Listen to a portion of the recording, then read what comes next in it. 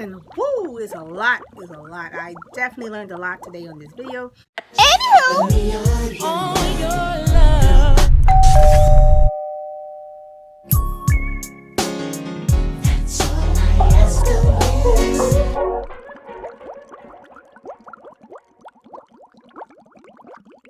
What's up? I am back. Bubbles in the house. Hey.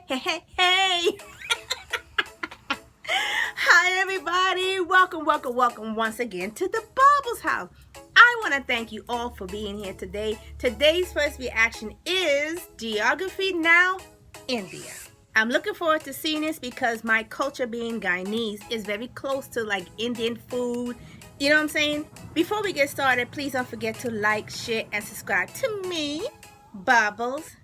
Let's get this party started right now. Okay.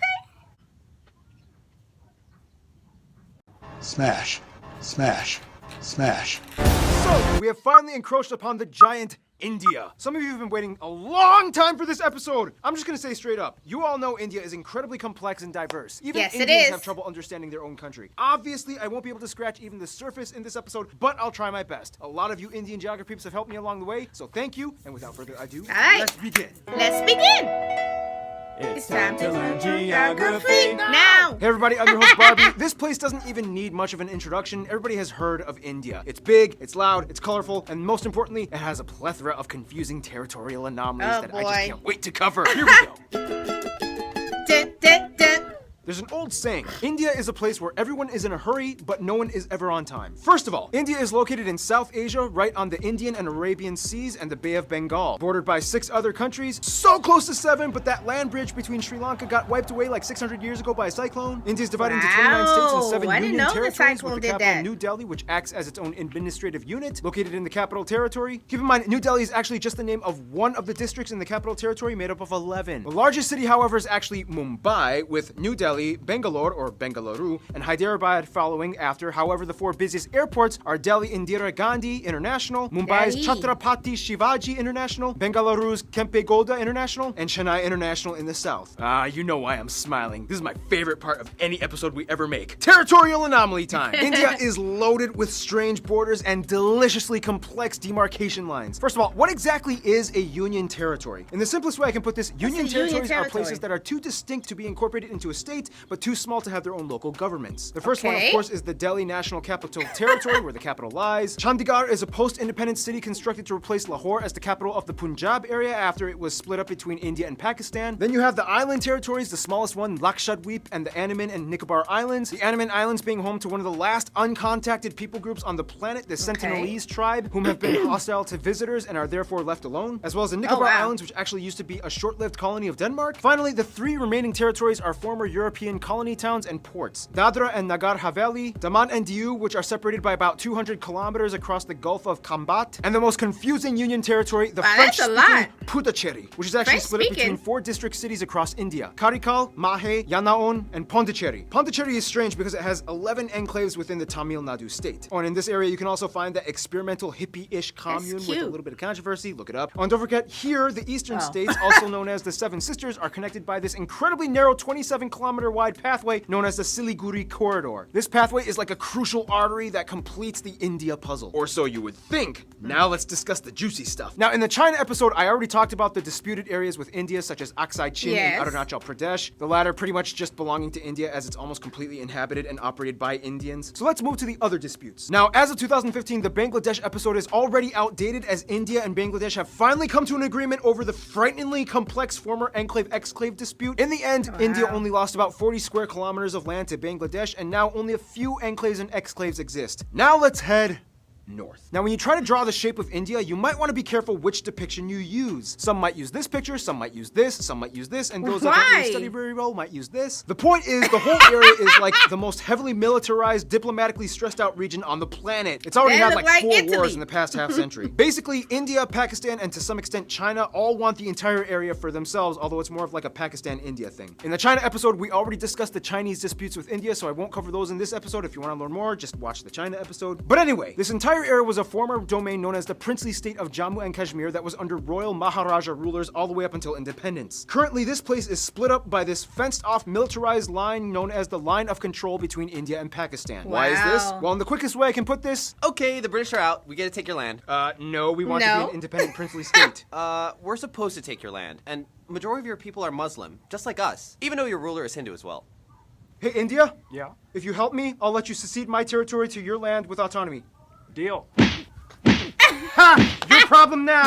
I love how Mike played India. He totally represents India. Oh, and keep in mind, Pakistan's capital, Islamabad, is less than 80 kilometers away from all that drama. The line of control meanders through the mountains until it stops at a point called NJ9842. This is where things get really crazy, because from there you hit the Siachen Glacier, the second longest non-polar glacier in the world, and this Wow. is pretty much the dead man zone. After point NJ9842, you hit the actual ground position line, a series of military outposts that extend all the way to the Chinese border. That means everything in this area is ground zero for the Indo-Pak tension. And you know, the crazy thing is there's actually literally small towns of normal regular civilians living in these areas high up in the mountains, many of which just go about daily life, going to work and raising their families. Otherwise, they have a river dispute with Nepal and various Wow. river islands disputed with Bangladesh. Outside of all the dispute stuff though, India not only has the world's second largest road network and 3 of the world's top 10 megacities and their own space program, but they also have a copious abundance of landmarks and notable sites, way too many to list, but some of the ones that you guys, the Indian geography peeps, have told me to mention include places like the abandoned Danush Kodi Ghost City, wow. Golconda Ghost Fort, City. the 4 pillars of Charminar, the Ajanta Buddhist art caves, the Ellora monolithic ruins, Mandu Fortress, the Golden Temple, which feeds over 100,000 people a day, the Gol Gumbaz Mausoleum, the Kalavantan Durg Post, the ruins of Hampi, the Wow, hill forts that's of a lot to Rajasthan, feed. Shatrunjaya Hill, which is basically like a mecca for Jains, the Temple of the Bodhi Tree, Jal Mahal, Bangar Fort, the most haunted place in India, Mahabat Maqbara, That's a and keep pretty in mind, building. just like in China, you can find a Great Wall of India in Rajsamand. There's also the Paritala Anjaneya Temple with the largest statue in India depicting Hanuman, and at over 150 acres, the Sri Rangan Attaswamy Temple, the largest Hindu temple in the world. Oh yeah, and there's also that building with the stuff in the thing, whatever. Anyway, we could go on for centuries talking about India's rich constructed domicile, but what it lies on top of is even more fascinating.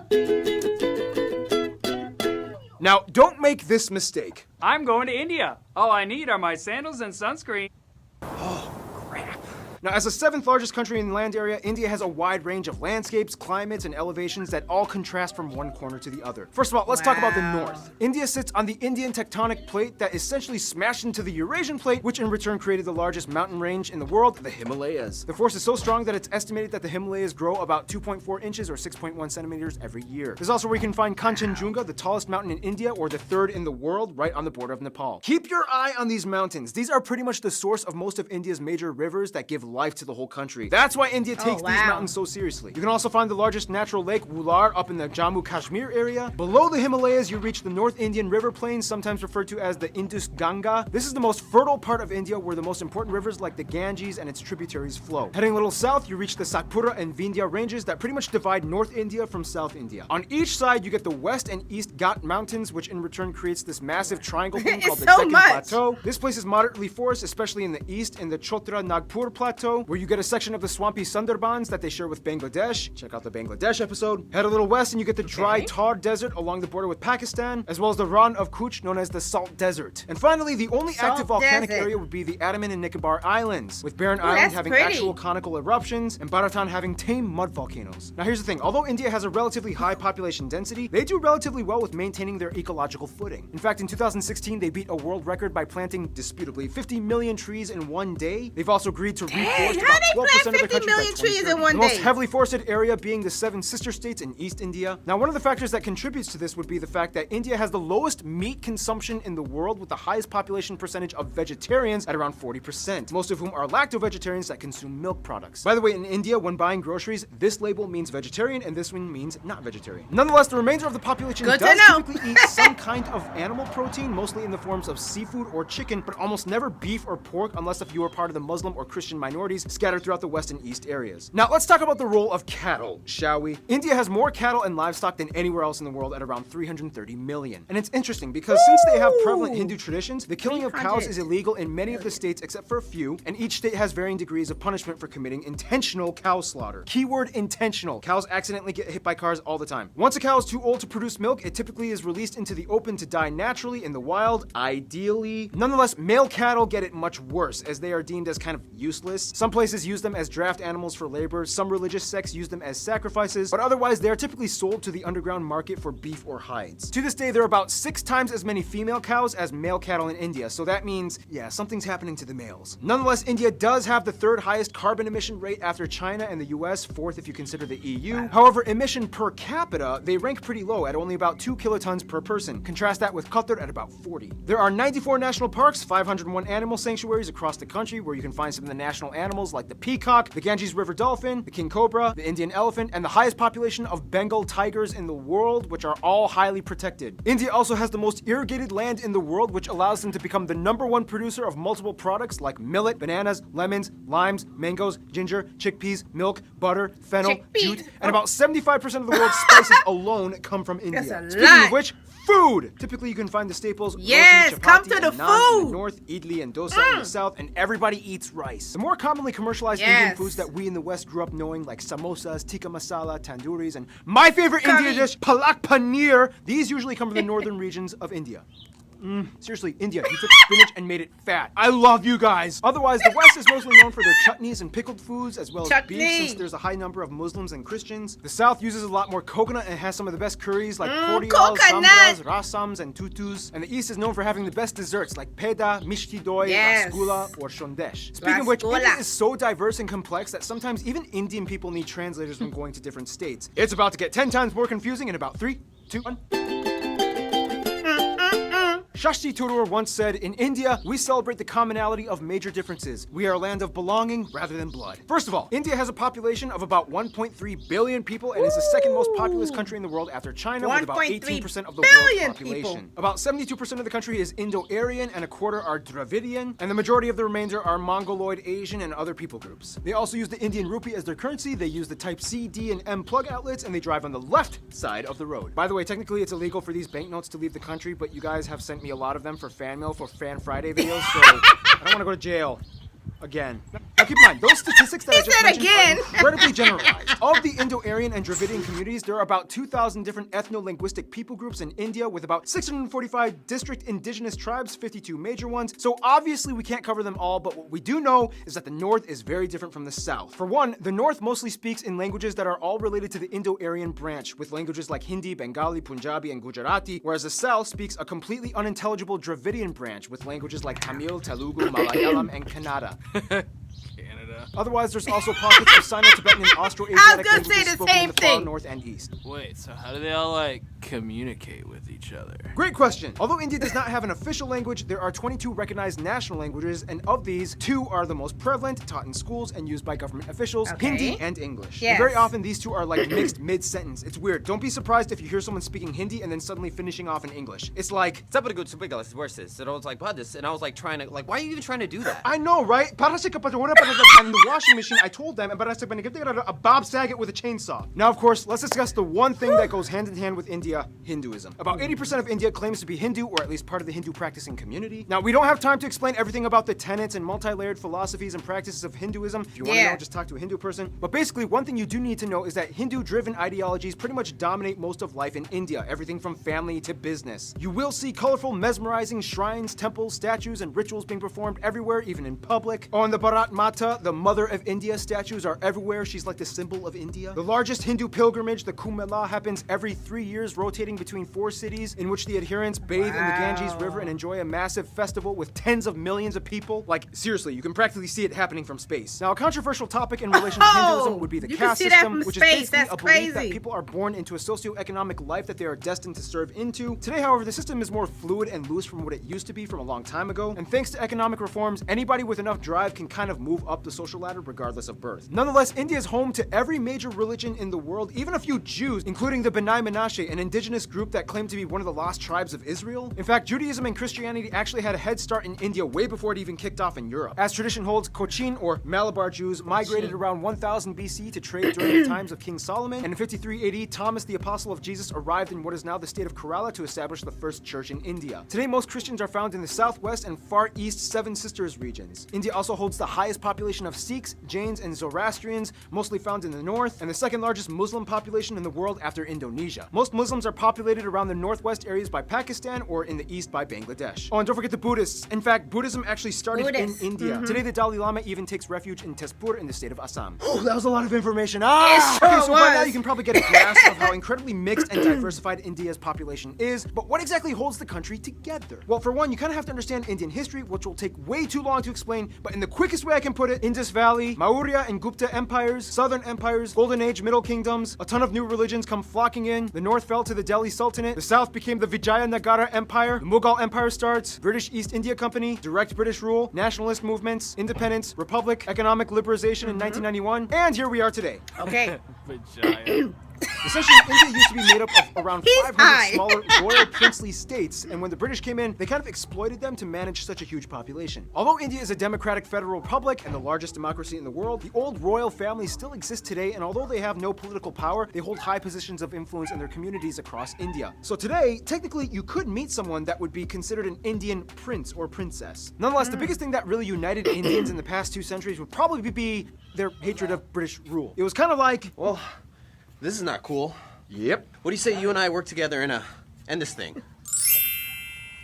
Essentially, one good thing you could say that came out of imperialism was that it kind of stopped all the internal squabbling and unified the groups towards one common goal, to get rid of imperialism. Today, Indians are just proud to be Indian. I mean, a Tamil soccer player can get cheered on by a Rajasthani, a Punjabi pop star can sell out tickets in Orissa. Speaking of which, all Indians love movies and music. India has the second largest film industry in terms of volume, pumping out nearly 2,000 films Indian per movies. year. Surprisingly, Nigeria pumps out more. However, the box office revenues gross out at only about $2 billion annually compared to Hollywood at over $10 billion. But still, it's impressive. And keep in mind, it's not just Bollywood, but it's also Tollywood, Gollywood, Collywood, Pollywood, and so Bollywood, on. yeah, I There's know like 20 different Bollywood. woods in India. Oh, and like every movie in India has at least one scene where everybody breaks out in song, and there's almost always a happy ending. Unfortunately, mainstream media has also put an aesthetic strain on many of the people, as it's almost become an obsession to be light or fair-skinned, causing people to go so far as to buy skin bleaching products. Some other controversies include things like illiteracy being an issue in many parts of the country, especially in the rural areas. But I mean, come on, when your country has literally hundreds of different writing systems, go figure. What I you mean, give 'em a expect? break. Also, many of you guys, the Indian geography peeps, have asked me to bring awareness to the fact that India does unfortunately have some of the highest rates of human trafficking and child slavery. The government is trying to crack down and culture is slowly being reformed, but for now, it's a sad reality that still does exist. Hey, here at GN, we talk about the good and the bad. I'm just saying. Good and the Otherwise, bad. sports do definitely tie everyone together as well, especially cricket, the national sport, even though they also used to do really well in field hockey. India also has a lot of their own indigenous sports like Dopkel in Assam, bull racing in Kerala, Insuknar, rod pushing in Mizoram, and Malakamba, the strange pole yoga gymnastics thing in the south. Otherwise, some notable people from India or of Indian descent might include people like Siddhartha Gautama or the Buddha, Mahavir, Ashoka the Great, Prithviraj Chauhan, Aurangzeb, Shivaji of the Maratha Empire, Mohandas or Mahatma Gandhi, Indira Gandhi, Subhash Chandra Bose, Jawaharlal Nehru, Rabindranath Tagore, C.V. Raman, Satyendra Nath Bose, Bhagat Singh, Dr. APJ Abdul Kalam, Shah Rukh Khan, Amitabh Bachchan, Amir Khan, Salman Khan, Priyana Chopra, Ben Kingsley, Sundar Pichai, Satya Narayana Nadella, A.R. Rahman, Sachin Tendulkar, and Mahendra Singh Dhoni. There's also literally millions of other famous people I missed out on. If you want to mention them, please, there's a comment section below. Use it. In the meantime, we gotta finish this info marathon, shall we?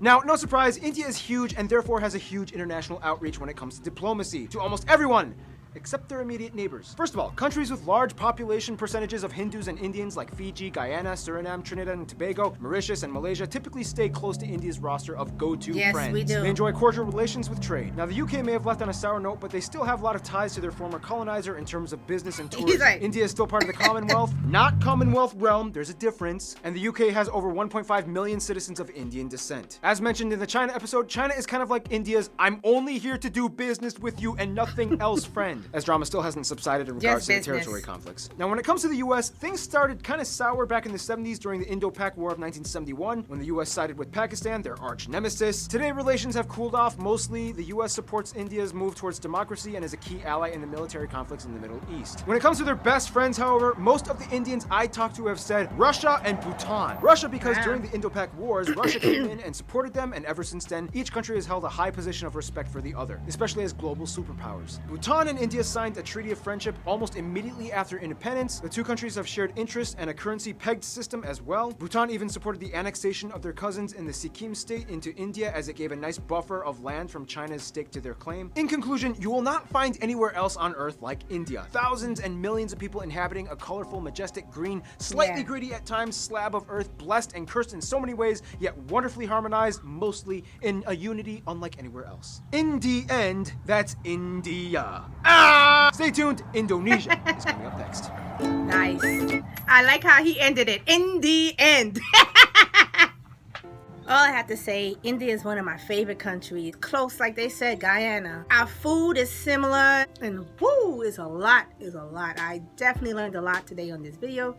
Geography now, India was nice. And a lot to take in. Okay, I want to thank all of y'all for watching me here in the United States and all over the world. Comment down below if there's another Geography Now video you want me to do reaction to, or any other kind of videos like this. I am your host, Bubbles. I will see our next reaction, which is coming soon. Ta-ta! Mwah! See y'all later.